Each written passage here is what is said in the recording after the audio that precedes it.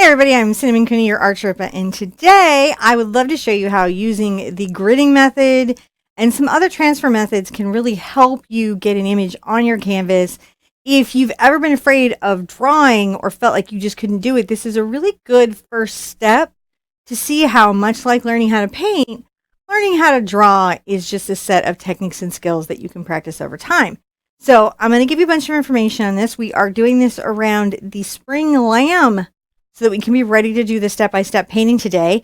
If you're seeing me here on Facebook, we were actually supposed to go live from YouTube, but I can't even get into my dashboard right now to take videos private or anything. So if you're a Sherpette and you see another lost Sherpette on YouTube, on Twitter, on Facebook, on Instagram, going, where are these videos? If you could let them know, because many of you I know are signed up for our notification system.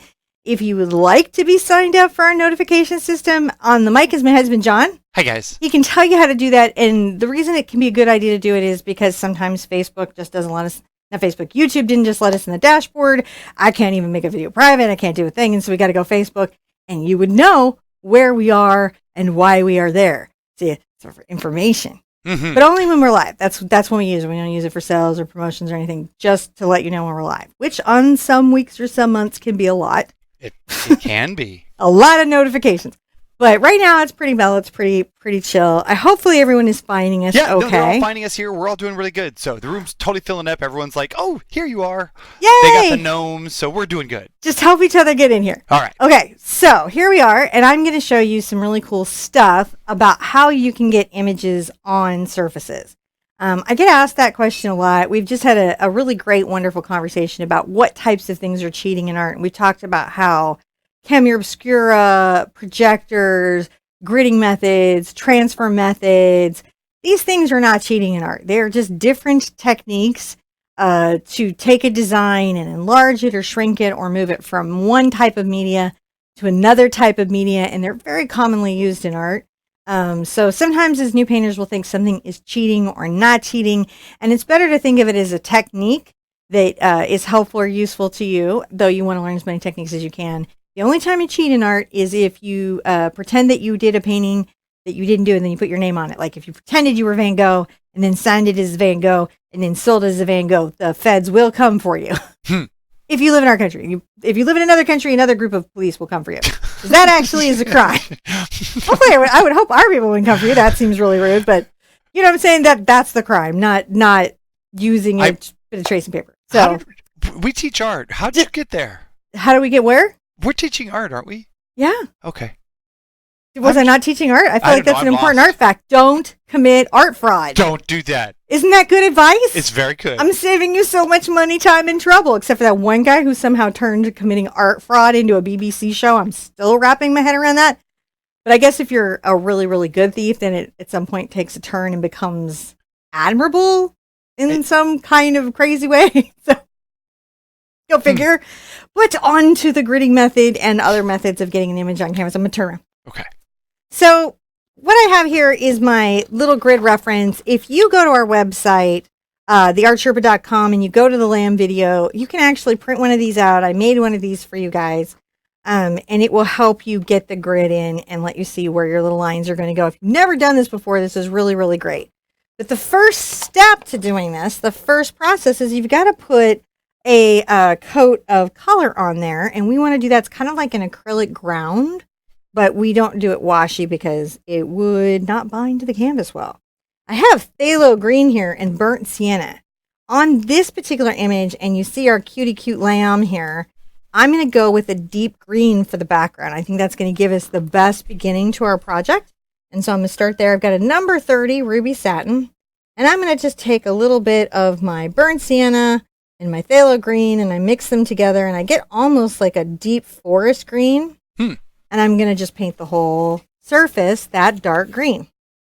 Later, that helps us have a nice depth to our painting so that as we're layering up, we get good results with our acrylic paint. How's everybody doing today? Good. Yeah, everybody's found us. The room's all filling up. They're all saying hello. They love your hair. Oh, thank you. Nice. I did my hairs. I got my hairs done. You got your hair done. Well, family did. We just tripped out a nice salon. We did. We just weirded out a salon with all of our crazy haircuts. Mm-hmm. Except for John. John doesn't do the crazy haircuts. I was editing. He was editing. There's a big project coming out, and so we're making a dream project for you guys. And John has been chained to his table editing, and I've been chained to my table designing. I've been able to even look up lately, but I think you guys are going to like it. We've been having fun. Hopefully everybody will like it because it was a lot of work.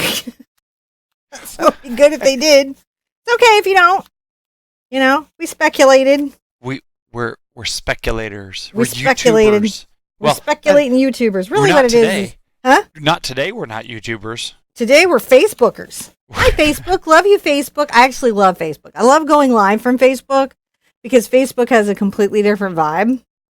I thought if you're on YouTube, you're a YouTuber. If you're on Facebook, are you a face hugger? You're like in Aliens. I'm not addressing that. I'm not addressing you, and I'm not addressing that. Even though I admire it, I'm just annoyed that you thought of it first. I'm going to frustratedly paint here at my little surface because you thought of it first. I'm going to rinse my brush out and make sure I get as much of the acrylic paint out as I can. I'm going to dry it and lay it to the side. Remember, you really, really want to rinse your brushes out every time you use them. You don't want the paint to dry on there. And at the end of every painting session, be sure and give those a good wash. Now, for the next part, I'm going to dry this. Okay. So while she's drying that, I'm going to say, you should dry when you dry your surface. Make sure you use the lowest heat setting, and that's because it can introduce things like color shift and shrinkage, and it can soften your paint if you use heat. So now it's not as bad on pro paints as it is in student paints, but it is something you should be aware of, and just use the lowest heat setting. So, other than that, she's back. I'm back. Am I back from outer space? Okay, I've got my newly cleaned T-square. Yeah, is it newly I had to clean? soak it in the tub to get all the paint off of it from all the painting projects I did. Oh. Because I've discovered that if I sit at a table, my horizon lines, I'll tip. More than usual. I'm going to come along here and every 1 inch I'm going to make a little mark with this is a General's charcoal white pencil. I'm just going to make a little mark along here every inch because that's what's going to match the grid that I've already made. So if you've never done this before, you're probably already kind of catching like the idea behind this project. Make sure that my T-square is, however, fairly level. All right, coming through here. Sometimes you will find that the canvas will take the lines easier than other times. That is completely normal. As you change different surfaces, some of them will have more tooth. Some of them will be like more plasticky. There really isn't a standard in surfaces, which is why you'll find artists will get real particular about their brands. It's not that it's stodgy art stuff. It's just that you get messed with a bunch, then you find something that works, you tend to get loyal. Because artists don't like to be messed with. We're already like doing our thing and concentrating as hard as we can, and having like art material problems does not make us happy. Yeah. As John knows from me, like being all grrr from different things. You can see you can work the T-square from either side as long as you make up to your little mark. It's no trouble. Here we go. I also have a stick of white charcoal if this just is giving me too much grief. See, and I have no problem using it here, so it's definitely the surface today. The surface today. I was real irked I could do a coat of clear gesso over it to make it toothy. Now, at the top here, I do a similar thing. I go 1, 2, 3, 4, 5, 6, 7, 8. There we go. So on my 9x12. Now, this one it's at the end of the square, so you have to really make sure that it doesn't dip or move or do something crazy on you. Obviously, putting in a grid, kind of a slow and boring process. Which is why John makes face hugger jokes. But this gives us something to talk about and pre-show, because in a regular lesson, this is kind of the slow, boring stuff that can make your video turn into like 2 or 3 hours long, because it's like we're I'm not guilty of 2 or 3 hour videos. Well, I mean, We got like a couple. You know, Like a lot. We got 900 videos. There's a couple out no, there. actually, we broke 1,000. Did we? Mm-hmm. Oh my gosh. We're over 500,000 subs, and we've broken 1,000 videos. Really? We don't pay attention, is what happens. Did not. That was. You know who tells me like what my sub counts are? You guys. Not that I don't care. I really do care, but I'm always so busy working because the platform is constantly changing, and what everybody wants to do is constantly changing, and so we got to be adaptive. Adaptive, yo.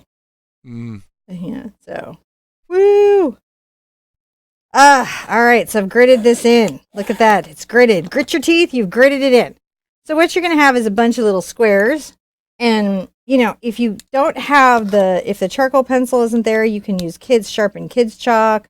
I've got here just like other types of charcoal. So you can see that there's other types of, what you want is something that will blend into the surface when you need it to. Now I'm going to sharpen my General's pencil again with my General's sharpener. Not because I'm particularly brand specific. It's just it came in the package. That's all that went on. It came in my package. So when you put your image next to your grid, you'll see that your grid and your grid match up. And all you've got to do then is draw the part that goes in the square, the matching square. So if I'm over here and I'm 1, 2, 3, 4, 5 over, I can go 1, 2, 3, 4, 5 over. And I can look at that and I'm like, where is there a line? Well, there's a line right here. And that's all I've got to draw.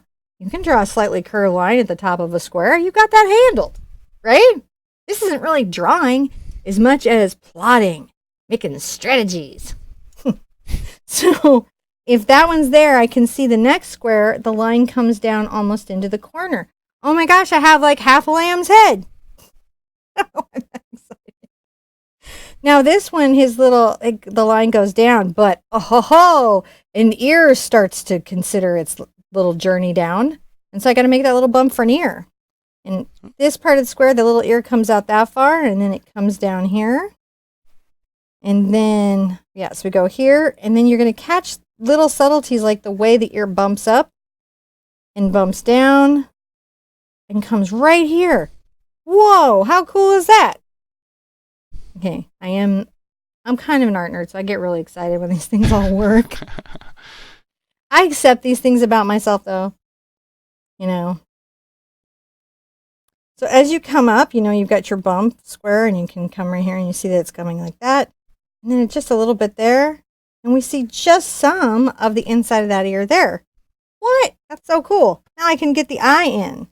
And a lot of times it's really hard to get two eyes in. We just did the tiger with one eye because beginners have trouble with two eyes. But when you're using the gridding method, it's a lot easier to do it because you're only dealing with just that one object. And it gives you a sense of scale and proportion that will help you duplicate both eyes on both sides of the faces. Can you use a traceable? Sure. Is it cheating? No, that's not cheating. That is an art technique. All right, I'm going to come here. And so I do highly recommend learning to draw. It's super fun. I'm just going to continue to follow these lines down. So if I come from here, I'm going to go to there. Boom. And what's nice about this, right, is you can see this small, you can see this big. The grids will always work in relationship to each other. Now, if you didn't have a photo editing program to make to put a grid over your image, could you just do that with like a pen or something? Yeah. Resources available to you, sweet artists out in the world. You can buy actual grids that you can just put over images. It's really cool.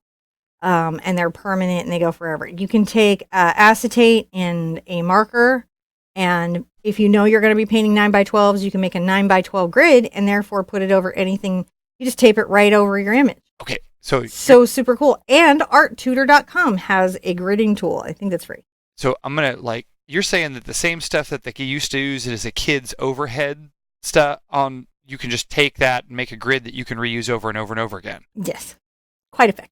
So you could just DIY that if you wanted. Oh yeah, artists are all about that. The thing, sometimes it feels like art is this mysterious little space where, people have secrets and stuff like that. But really, artists are very pragmatic people, and we don't like to be messed with, and we want to have an easy time and enjoy our creative space too. I'm going to come right here. Now, his little mouth comes right to the bottom. Like if you watch any of the Andy Goldsworthy movies, you're going to see a guy who is quite a serious artist, world respected, world renowned, amazing human being, creatively. And you're going to see somebody that just like you do in your studio loves and adores what he does. It will shock you how much you have in common with him, I think. Because sometimes we think, the artists like that are different people than us. They're not. They're just like us. Do they not bleed? Yes, they do. Don't go after. You don't have to test it. Don't go testing. I promise they all bleed. All bleed, yes, for sure. Everybody bleeding. So, be nice. So going into the world. Only the Art Sherpa can turn an art lesson into an international caper of suspense. Look, nowadays you have to say stuff to people like, don't eat the Tide Pods. I get where you like childproof it, but that there are adults that were like, you know what I'm going to do with my Tuesday? I'm going to eat a Tide Pod. Don't eat the Tide Pods. Come on, dudes. I kind of side with Darwin a little. Now, see, sometimes a sheep's nose can be a little bit hard, but thanks to this tool, you can, even if you don't draw, you can get a really good version of that done, because what do you have to keep track of? Just the part in each square. Let's see how each square is matching up. And you can even probably tell what squares I'm in, can't you? Just from the reference online. This kind of jawline can be a little bit tricky. But thanks to the gridding method, it won't be. Come right here. So we're going right there. And where's our eye? Well, we can see that it sits right here. Comes down just a smidge. And then up at an angle. A little bit back.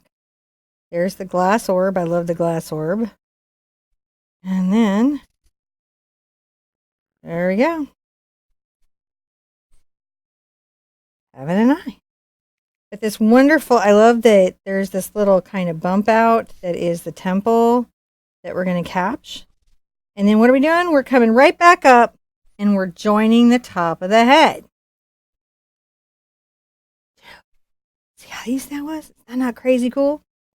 But I know that I've got a little ear that comes down here and goes up here and comes down here and it makes a little cross here and it drops right there. And then back it goes. Look at it go back. All predictably, if it's in this square, it's on your square. Every time. You can count on it. And this is one of those techniques that whether you are a, kind of free-spirited creative person or you're very organized and you're very aware of where all your stuff is, no matter, how you are about anything, you are going to be just fine in what you're doing here. I'm going to bring this here. Now, down the back, right? Just here, the little back of his woolliness comes down. So now you've gotten his back in. And we know where we're going to put the crown in. We're going to have a lot of fun with the crown. But that's all we have to do to get him in. So you're talking about the dark background. Right? I'm going to turn around a little bit.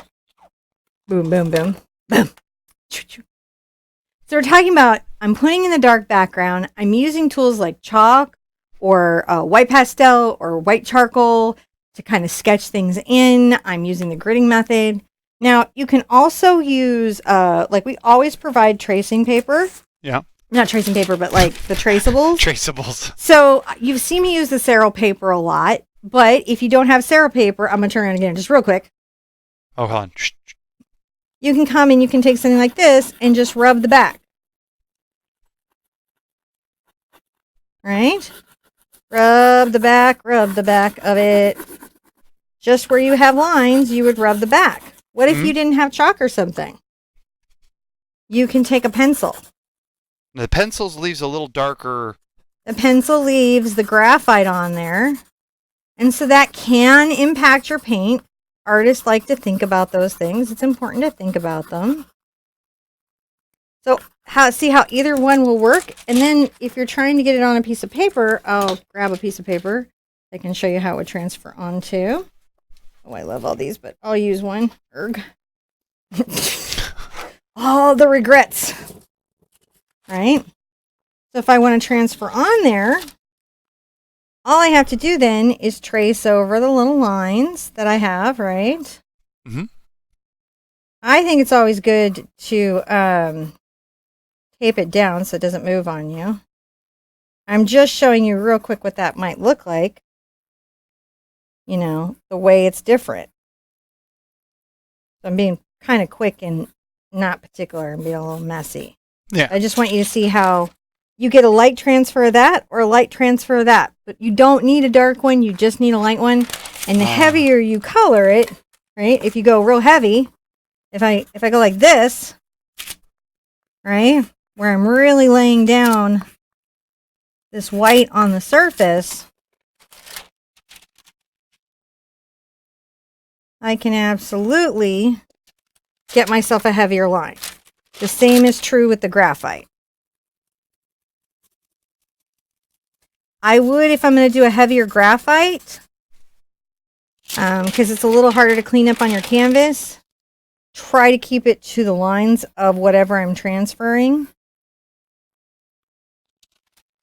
There you go. That's what it does. I'll try it again. So hopefully that lets you see that there's a lot of ways to get something on a canvas. You know, you can get a projector. Those work really well. I know there's some people out there that like use the new printing technology and they just print the image that they want to paint right on a canvas and then they paint right over it. And, you know, there's nothing like essentially wrong with any of those processes. It is wrong to deceive people about how you do your work, but it isn't wrong to do it. And you aren't under any obligation to tell people how you put your stuff together. You're just under an obligation not to mislead them about how it's put together. Does that make sense? It does, yeah. Okay. So I'm super excited about that. I don't know if we can be on YouTube. If we can't be on YouTube, we'll do the rest of it here. You look for the notifications. If you haven't signed up for the notifications, you know, good idea to do that. Only if you want to hear from us, because we will tell you when we're live. We will. Now, if there isn't any information in the text below, you can go to theartsherpa.com/SMS, and all of the information there will be on how to sign up. And that is, you can either text, all one word, The Art Sherpa, to 33222. 5 numbers, 33222. There you go. So I learned this from American Idol. Best thing to do is go to theartsherpa.com/SMS, and there's information out there to make it easy. So you can find your free art education. We can make it free, but, you know, we're on everybody else's hosting sites, so we can't always make it easy to find. This is our way of doing that. And remember, you can always go to the Art Sherpa calendar and just pick the image that you want. Generally, we'll make sure that there's links in there, that there's information in there.